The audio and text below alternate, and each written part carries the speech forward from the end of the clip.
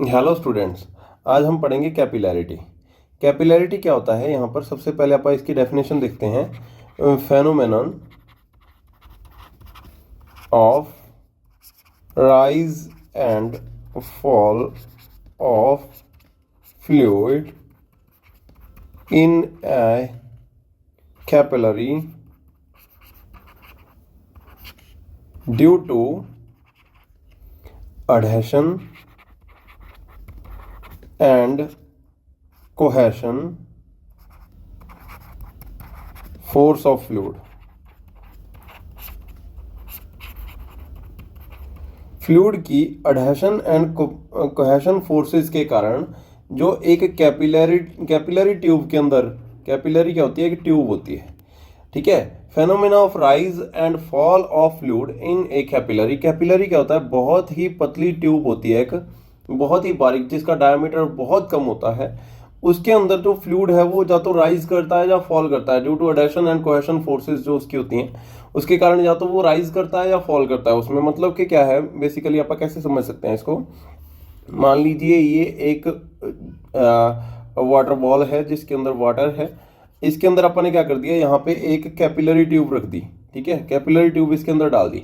अब capillary tube के अंदर क्या होगा, या तो वाटर जो फ्लूइड लेवल है वो इसके अंडर रह जाएगा, मतलब नीचे ही रह जाएगा। फ्लूइड जितना ऊंचाई पर यहाँ पे फ्री सरफेस है वाटर का, उतनी ऊंचाई तक वो पहुंच ही नहीं पाएगा, ठीक है। इसको बोलते हैं कैपिलरी फॉल।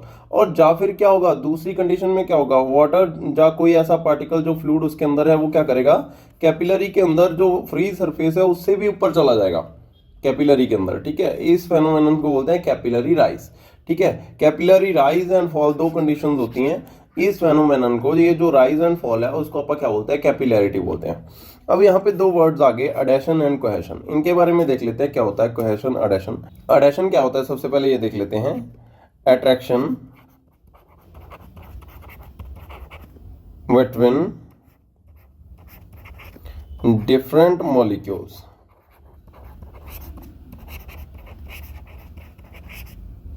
ठीक है। अब यहाँ पे क्या है, मॉलिक्यूल्स किसी और चीज के हैं। अडेशन देखो, दो फोर्सेस हैं, अडेशन एंड कोहेशन, ठीक है। अडेशन फोर्स है कि किसी अदर पार्टिकल के, जैसे फ्लूइड है, फ्लूइड अपनी बाउंड्री ग्लास है उसके साथ अपनी फोर्स को अट्रैक्ट करने की कोशिश कर रहा है, उसके साथ चिपकने की कोशिश कर रहा है, ठीक है। ज्यादातर आपने वाटर देखा होगा, वाटर क्या करता है, गिलास में डालते हैं अपन, गिलास में से पानी को बाहर निकालते हैं तो भी उसकी बाउंड्री के साथ चिपका हुआ होता है, ठीक है। ये वाली फोर्स क्या कहलाती है, अडेशन कहलाती है। लेकिन दूसरी फोर्स क्या है, कोहेशन। कोहेशन फोर्स क्या है, अट्रैक्शन बिटवीन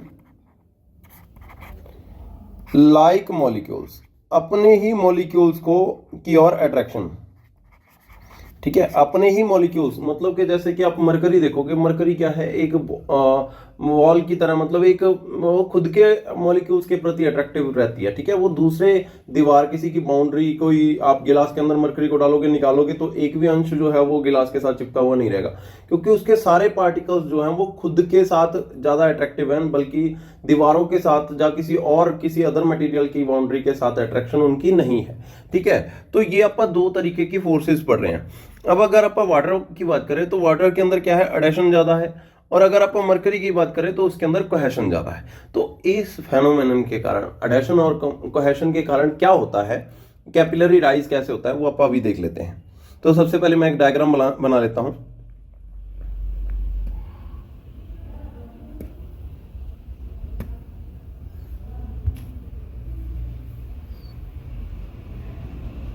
यहां पर देखिए, अब यहाँ पर मैंने दो डायग्राम बनाए हैं। एक के अंदर क्या है, देखिए यहाँ पे ये फ्री सरफेस है, ठीक है, ये फ्री सरफेस है, फ्री सरफेस ऑफ वाटर, ठीक है। ऊपर से एटमॉस्फेरिक प्रेशर लग रहा है। यहाँ पे ये क्या है, कैपिलरी है। जैसे ही कैपिलरी देखो, कैपिलरी के अंदर बहुत ही कम एरिया होने के कारण वहां पे एटमॉस्फेरिक प्रेशर जो है उसके ऊपर अप्लाई नहीं करता, उसको फोर्स नहीं कर पाता। लेकिन एटमॉस्फेरिक प्रेशर बाहर से लग रहा है, तो अब यहाँ पे क्या हो रहा है, यहाँ से वाटर इसको नीचे की ओर कंप्रेस करने की कोशिश कर रहा है, लेकिन कैपिलरी के अंदर ऐसा कुछ नहीं है। तो कैपिलरी के अंदर बेसिकली क्या प्रिंसिपल वर्क करता है, यहाँ पे देखिए इसकी कैपिलरी की जो दीवार है, ये जो रेड कलर से मैं लाइन बना रहा हूँ, ये इसकी दीवार है कैपिलरी की, ठीक है। ये कैपिलरी की दीवार के अंदर, अभी ये सर्कुलर होगी कैपिलरी, इसके अंदर क्या होता है, जैसे ही वाटर पार्टिकल्स अपने फ्री सरफेस तक पहुंचते हैं, ये फ्री सरफेस हो गया, यहां तक तो पहुंचना ही पहुंचना है क्योंकि वाटर दोनों तरफ बराबर है, वाटर है, ठीक है। जो फ्री सरफेस है वहां तक तो वो खुद ही चलाएगा जब उसके अंदर कैपिलरी आप छोड़ेंगे। ड्यू टू एडेसिव प्रॉपर्टीज के कारण क्या होता है, ये इसकी दीवार के साथ अट्रैक्ट होता है। तो दीवार के साथ अट्रैक्ट होने के कारण ना, अब जैसे मैं ब्लू कलर से, जैसे मैं ये डायग्राम बनाने की कोशिश कर रहा हूँ, ये कुछ ऐसी शेप बना लेता है, ठीक है। और जो इसके अंदर वाला एरिया है वो फ्लूइड से भर जाता है फिर से, और सारा लेवल ये कुछ ऐसा हो जाता है जैसा अब मैंने बना दिया। उसके बाद क्या होता है, फ्लूइड पार्टिकल्स फिर से और ऊपर आते हैं। एडेसिव प्रॉपर्टी है, वाटर की जो बाउंड्री है उसके साथ अट्रैक्शन होती है, ठीक है। जिसके कारण क्या होता है, जैसे जैसे ये ऊपर जाते जाते हैं बीच में से भरता जाता है पानी, फिर और ऊपर, फिर और ऊपर, फिर एंड में जाके फ्लूइड कुछ ऐसी शेप ले लेता है जैसी यहाँ पे ये बनी हुई है, ठीक है। तो ये बन जाता है एक्चुअल में इसका राइज, ठीक है। इसको बोलते हैं कैपिलरी राइज। अब आप कैपिलरी राइज के बाद अगर आप इसको ध्यान से देखें, ये कैपिलरी राइज था। अब अगर इसको देखो, ये कब हुआ, क्यों हुआ, ये वाटर लेवल ऊपर क्यों गया, क्योंकि जो वाटर था उसने कैपिलरी की दीवार के साथ जो एंगल बनाया था, ये देखिए ये लाइन जो आप ड्रॉ कर रहे हैं, अभी मैं रेड कलर में बना के दिखाता हूँ, आपको समझ में आएगा। ये जो लाइन है, ये देखो, ये किसकी है, ये वाटर के फ्री सरफेस के साथ, ये देखो ये जो वाटर का टॉप सरफेस है वो कुछ ऐसा एंगल बना रहा है, और इसका कैपिलरी की दीवार के साथ जो थीटा एंगल है वो हमेशा लेस देन 90 रहेगा। If theta is equal to less than 90 degree, अगर थीटा लेस देन 90 डिग्री रहेगा तो उस कंडीशन में क्या होगा, हमेशा कैपिलरी राइज होगा। और ये किस कंडीशन में होगा, इसका एग्जांपल क्या है, वाटर के अंदर जब आप कैपिलरी रखेंगे तो ये क्या होगी बेटा, हमेशा कैपिलरी राइज होगी, कैपिलरी से अबव, मतलब फ्री सरफेस, वाटर के फ्री सरफेस से ऊपर चला जाएगा पानी। लेकिन वही अगर आप दूसरी कंडीशन में देखें, देखो यहाँ पे इसके अंदर, अब अपन ने क्या किया, वही सेम जो कैपिलरी थी उसको कहाँ रख दिया, मरकरी के अंदर रख दिया। मरकरी जो होती है बहुत ही डेंस मटेरियल होता है। अब यहाँ पे क्या है, जैसे ही मरकरी को इस कैपिलरी के अंदर रखा तो इसने क्या किया, जैसे ही उसको अंदर धकेला ना तो उसने मरकरी को नीचे की ओर दबाया। अब इसके अंदर एडेसिव प्रॉपर्टीज तो है नहीं, इसके अंदर कौन सी, डेंस होने का क्या मतलब है, इसके अंदर खुद के पार्टिकल्स के प्रति अट्रैक्शन है, दूसरे किसी मटेरियल के प्रति अट्रैक्शन है ही नहीं। तो यहाँ पे क्या हुआ, इसने क्या बना दिया, कुछ ऐसी शेप बना दी। जब उसको दबाया गया, कैपिलरी यहाँ से दबा रही है, वहां से ये ज्यादा नीचे चली गई और सेंटर में से ये ऊपर की ओर उठ गई, ठीक है। तो एक गुवंद जैसी शेप बन गई, ठीक है, एक ओवल जैसी शेप बन गई जो कि ऊपर की ओर फोर्स लगा रही है। अगर आप यहाँ पे एंगल चेक करें दीवारों के साथ तो एंगल कितना बन रहा है, मान लो ये है, ये दीवार है कैपिलरी की, और ये क्या है, ये इसका एंगल है, एंगल ऑफ कनेक्शन, ठीक है। तो अगर इस एंगल को चेक किया जाए, इसको अगर मैं थीटा लिखूं, ये वाले एंगल को थीटा, यहां से लेकर यहां तक, तो ये एंगल क्या है, ये मोर देन 90 डिग्री, 90 डिग्री से ज्यादा है, हमेशा 90 डिग्री कुछ ऐसा होगा, ठीक है। ये 90 डिग्री से ज्यादा है एंगल, तो इस तरीके, इस वाले क्वेश्चन के अंदर क्या होगा, हमेशा कैपिलरी फॉल होगा। अब ये कैपिलरी इफेक्ट जो अपन ने फेनोमेनन पढ़ा है, ठीक है, ये इसके प्रैक्टिकल एग्जांपल्स कहाँ पे हैं, प्रैक्टिकल एग्जांपल्स में आपने देखा होगा बेटा दिया और बाती, ठीक है। अब दिए के अंदर क्या होता है, दिए की शेप जो है कुछ ऐसी होती है कंस्ट्रक्शन, ठीक है, आप बेसिक स्ट्रक्चर बना लेते हैं। यहाँ पे आप क्या करते हो, इसके अंदर एक बाती डाल देते हो, ठीक है। अब ये बाती के अंदर क्या होता है, रुई होती है बेटा, जो कि रुई के जो रेशे हैं, जो उसकी फाइबर्स हैं, वो एक कैपिलरी की तरह काम करती हैं, बहुत ही बारीक होती है वो फाइबर। अब यहाँ पे क्या है, तेल यहाँ पे नीचे होता है बेटा, इस जगह पे, इतने यहाँ पे नीचे क्या रहेगा, मान लो कोई ना कोई ऑयल या घी या कुछ भी आप इसके अंदर डालते हो, वो यहाँ पे नीचे रहता है। लेकिन जो कैपिलरी है, जो इसकी बाती है, वो ऊपर है। तो यहाँ से ये फ्लूइड अपने आप जैसे जैसे ऊपर से जलता है, वैसे वैसे नीचे से फ्लूइड जो है, नीचे से ऑयल जो है ऊपर की ओर आता रहता है, ठीक है। वो भी किसके कारण होता है, वो कौन सा फेनोमेनन है, कैपिलरी राइज का फेनोमेनन है, ठीक है। कैपिलरी राइज के कारण वो ऑयल जो है वो ऊपर उठता है, ठीक है। तो ये एक प्रैक्टिकल एग्जांपल है। ऐसे बहुत सारे फेनोमेनन हैं आपके प्रैक्टिकल लाइफ के अंदर जिसके अंदर कैपिलरी इफेक्ट जो है वो वर्क करता है, ठीक है। ये है capillary rise and fall. Next topic देख लेते हैं अपन। कैपिलरी में हो सकता है आपको कुछ ना समझ में आया हो तो नीचे कमेंट करके पूछ सकते हैं क्वेश्चन, ठीक है। अब हम बात करेंगे वेपर प्रेशर की, ठीक है। वेपर प्रेशर क्या होता है, जब आप किसी फ्लूइड को गर्म करते हैं, ठीक है। मैं एक डायग्राम बना लेता हूं, आपको उससे आसानी से समझ में आएगा। ये देखिए, ये हमारा डायग्राम है। अब इसके अंदर देखिए यहाँ पे क्या हो रहा है, ये एक प्योर वाटर है। वाटर को अपन क्या कर रहे हैं, यहाँ पे इसके ऊपर अपन ने क्या लगा रखा है, एक प्रेशर गेज लगा रखा है, ठीक है, डायफ्राम प्रेशर गेज है। यहाँ से मैं इसको क्या करता हूँ, नीचे से इसको हीट किया जाता है, ठीक है। नीचे से क्या कर रहे हैं अपन, इसको हीट करने की कोशिश कर रहे हैं, ठीक है। हीट किया गया, अब नीचे से इसको बर्नर लगा दिया, नीचे बर्नर के कारण ये नीचे से हीट इसके ऊपर आई। अब ये क्या होगा, वाटर पार्टिकल्स, जो इसका फ्री सरफेस है, ये वाला फ्री सरफेस है इसका, इस फ्री सरफेस को छोड़ के इस जगह पे क्या होगी, इवेपोरेशन होगी। यहाँ पे इवेपोरेशन, इवेपोरेशन के कारण जो वाटर पार्टिकल्स हैं वो किस में कन्वर्ट हो जाएंगे बेटा, वेपर के अंदर कन्वर्ट हो जाएंगे, वो वेपर बन जाएंगे, ठीक है। फ्री सरफेस के ऊपर फ्री सरफेस की इवेपोरेशन होगी, पार्टिकल्स जो है वो वेपर बनेंगे। वेपर का मतलब है कि ये गैस की स्टेट में आ जाएंगे। तो गैस को सॉलिड से ज़्यादा एरिया चाहिए होता है। गैस क्या होती है, एक्सपेंड होती है हमेशा, ठीक है, गैस एक्सपेंड होती है। आपने इसका एग्जाम्पल देखा होगा, आपके घर में स्टोव पर खाना बनता है, कुकर वगैरह में खाना बनता है, तो कुकर के अंदर क्या होता है, यही फेनोमेनन वर्क करता है। उसके अंदर क्या करते हैं, नीचे पानी डालते हैं और उसको उसके बाद हीट के ऊपर, बर्नर के ऊपर रख दिया जाता है, ठीक है। तो उसके ऊपर जैसे जो विसल लगी हुई होती है, उसकी जगह पे अपन ने यहाँ पे क्या लगा दिया, प्रेशर गेज लगा दी। अब जैसे जैसे यहाँ पे हीट होएगी, हीट क्या करेगी, जो वाटर के पार्टिकल्स हैं वो वेपर की सिचुएशन में आ जाएंगे, वेपर बन जाएंगे, और उन वेपर के कारण जो प्रेशर बढ़ा है उसको अपन इस प्रेशर गेज से माप लेंगे, ठीक है। तो जो प्रेशर आएगा यहाँ पे, जो प्रेशर पहले तो जो था वो थर्मल इक्विलिब्रियम था, बिल्कुल जीरो प्रेशर था, कोई हीट थी ही नहीं, तो प्रेशर भी नहीं था। लेकिन जैसे जैसे हीट हुई वैसे वैसे ये क्या हो गया, वेपर बन गए, ठीक है। तो ये जो वेपर बने हैं अब, ठीक है, कितना प्रेशर बना उनके कारण, उस प्रेशर को वेपर प्रेशर कहते हैं। इसको अपन डेफिनेशन में ऐसे लिख सकते हैं, pressure exerted by a vapor in thermodynamic equilibrium with its condensed phases, जो कि कोई भी हो सकते हैं, सॉलिड या लिक्विड, सॉलिड और liquid, at given temperature in closed system, ठीक है। इसकी डेफिनेशन का मीनिंग क्या हो गया, अब यहाँ पे सबसे पहले क्लोज्ड सिस्टम है, ये सारा का सारा क्लोज्ड सिस्टम है। क्लोज्ड सिस्टम का क्या मतलब है, यहाँ से कोई भी एनर्जी बाहर नहीं आ रही, कोई भी एनर्जी अंदर नहीं जा रही, ठीक है, तो क्लोज्ड सिस्टम हो गया। उसके बाद क्या है, यहाँ पे अपन हीट इसको दे रहे हैं जिसके कारण ये जो प्रेशर है उसका बढ़ रहा है, बस इतना ही काम हो रहा है क्लोज सिस्टम के अंदर, ठीक है।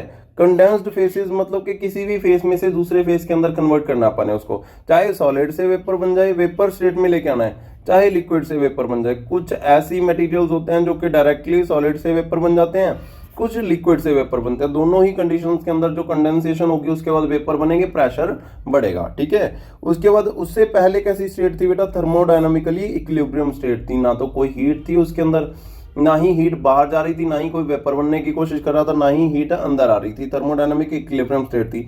जैसे ही अपन इसको एक टेम्परेचर दिया, हीट किया उसको, एक टेम्परेचर के बाद ये वेपर बनने शुरू हो गया, और वेपर बनने के कारण इनका प्रेशर जो है वो हाई हो गया, ठीक है। अब एक्चुअल में इस वेपर प्रेशर का मीनिंग क्या है, ठीक है। ये वेपर प्रेशर का अगर एक्चुअल में अपन मतलब लिखना चाहें तो ये क्या होती है, टेंडेंसी टू इवेपोरेट, कितना जल्दी कोई फ्लूइड जो है वो वेपर बन जाता है, ठीक है।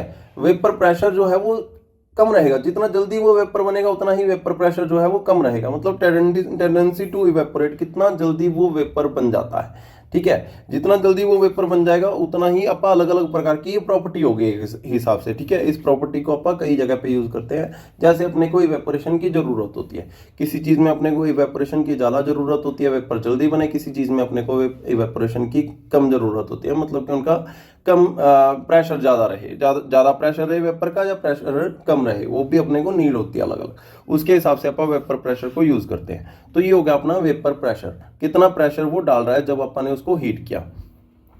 उसके बाद तीसरी कंडीशन, तीसरी प्रॉपर्टी आज की हमारी आ जाएगी, कंप्रेसिबिलिटी। कंप्रेसिबिलिटी क्या होती है, किसी फ्लूइड को कितना कंप्रेस किया जा सकता है, ठीक है। मैं एक डायग्राम बना लेता हूं, इससे अपने को समझ में आएगा।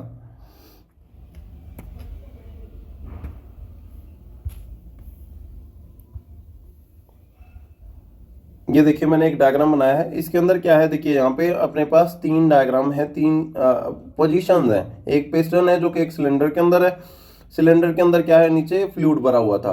तो सबसे पहले फ्लूइड क्या था, पिस्टन जो था वो सबसे ऊपर वाली पोजीशन पर था, टॉप डेड सेंटर पर था, टीडीसी के ऊपर।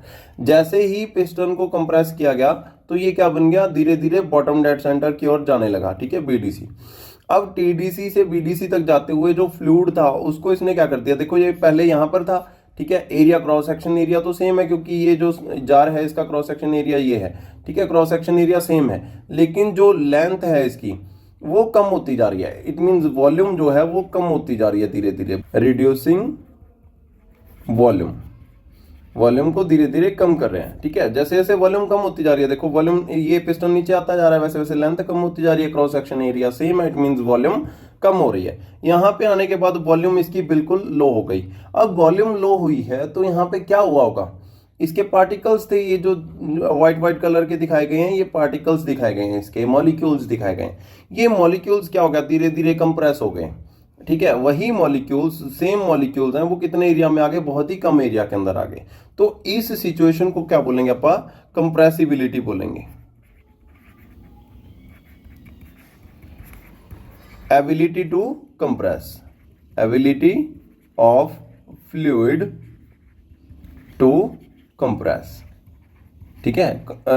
फ्लूइड की कंप्रेसिबिलिटी जिसके कारण उसको कंप्रेस किया जा सकता है, ठीक है, उसको कंप्रेसिबिलिटी बोलते हैं।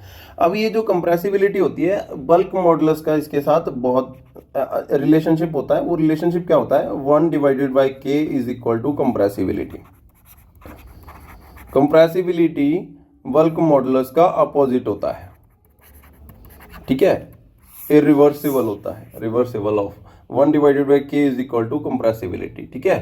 तो यहाँ पे क्या है, 1/k का क्या मीनिंग है, यहाँ पे k क्या होता है, बल्क मॉडुलस होता है। बल्क मॉडुलस क्या मीनिंग है, यहाँ पे stress divided by strain of fluid is known as bulk modulus, ठीक है। अब यहाँ पे इसको ऐसे समझो, देखो कंप्रेसिबिलिटी अपना सीधा सीधा सिस्टम खत्म हो गया। कंप्रेसिबिलिटी क्या है, कंप्रेसिबिलिटी किसको कहते हैं, एबिलिटी टू कंप्रेस। अब इसको अगर अपन मैथमेटिकली लिखना चाहें, मैथमेटिकली ये फार्मूला है, ठीक है, मैथमेटिकली अपन उसको ऐसे लिखेंगे 1/k। तो 1/k, यहाँ पे k का क्या मीनिंग है, k का मीनिंग है बल्क मॉडुलस। और बल्क मॉडुलस का क्या होता है, मतलब कि बल्क मॉडुलस किसे कहते हैं, it is the ratio of stress to the strain of a fluid, ठीक है। फ्लूइड की वॉल्यूमेट्रिक स्ट्रेन है यहाँ पे, ये स्ट्रेन कौन सी है, वॉल्यूमेट्रिक स्ट्रेन, ठीक है, वॉल्यूमेट्रिक स्ट्रेन। अब इसको कैसे लिख सकते हैं, स्ट्रेस कौन सी होती है, स्ट्रेस डायरेक्टली क्या होता है, प्रेशर होता है, चेंज इन प्रेशर, ठीक है। के को मैं यहाँ पे लिख रहा हूँ, के को दोबारा, बल्क मॉडुलस को दोबारा लिख रहे हैं, आप थोड़ा सा मैथमेटिकली लिख देते हैं। तो के किसके बराबर होता है, change in pressure divided by strain. Strain मतलब कि वॉल्यूमेट्रिक स्ट्रेन। वॉल्यूमेट्रिक स्ट्रेन का क्या फॉर्मूला होता है, यहाँ पे नीचे लिख लेते हैं अपन। वॉल्यूमेट्रिक स्ट्रेन का क्या फॉर्मूला होता है, change in strain change in volume divided by original volume. ये क्या होती है, वॉल्यूमेट्रिक स्ट्रेन होती है, स्ट्रेन वॉल्यूमेट्रिक, ठीक है। अब change in volume divided by original volume, तो यहाँ पे अपन क्या करते हैं, इसके नीचे स्ट्रेन का फॉर्मूला लिख देते हैं, change in volume divided by original volume, ठीक है। ओरिजिनल वॉल्यूम यहाँ से उठ के इसके साथ मल्टीप्लाई में आ जाएगी, ठीक है। आप बाद में मल्टीप्लाई लिख देते हैं या ऐसे ही लिखी रहने दो, बिल्कुल सही है, ठीक है। और ये जो बल्क मॉडुलस होता है, क्योंकि कंप्रेस कर रहे हैं फ्लूइड को, तो ये ऑलवेज नेगेटिव लिखा जाता है, बस इसके अंदर इतना ही है। तो ये बल्क मॉडुलस है बेटा। बल्क मॉडुलस का फार्मूला अपन ने कर लिया, stress divided by strain. Stress मतलब कि सीधा सीधा स्ट्रेस क्या होती है, फोर्स के बराबर होती है। यहाँ पे फोर्स क्या है अपनी, चेंज इन प्रेशर। प्रेशर कितना बढ़ रहा है, प्रेशर क्यों बढ़ रहा है बेटा, जितना पिस्टन नीचे जा रहा है उतना ही प्रेशर बढ़ रहा है, तो चेंज इन प्रेशर डीपी से लिखेंगे। यहाँ पे प्रेशर कितना हो गया, पहले जितना था उससे यहाँ पे डीपी चेंज होगा, चेंज इन प्रेशर, ठीक है। डिफरेंशिएट बिटवीन प्रेशर, यहाँ से यहाँ तक ये इतना चेंज हो गया है, ठीक है। उसके बाद change in volume divided by original volume, ये स्ट्रेन का फॉर्मूला है। अब वॉल्यूम कितनी चेंज होगी, पहले इतनी वॉल्यूम थी, अब इतनी वॉल्यूम रहेगी, ठीक है। ये क्या है, चेंज इन वॉल्यूम हो गया, ठीक है। तो यहाँ पे बल्क मॉडुलस का फार्मूला अपन ने यहाँ पे लिख दिया, तो ऐसे अपन इसको नोट कर सकते हैं, ठीक है। तो ये आ गया अपना 3 प्रॉपर्टीज। इसके बाद नेक्स्ट चैप्टर के अंदर अपन फ्लूइड के बारे में पढ़ेंगे। फ्लूइड की प्रॉपर्टीज अब हो चुकी हैं, सिर्फ फ्लूइड का प्रेशर रहेगा। अब अपन नेक्स्ट चैप्टर के अंदर फ्लूइड प्रेशर करेंगे। आज के लिए इतना ही, धन्यवाद।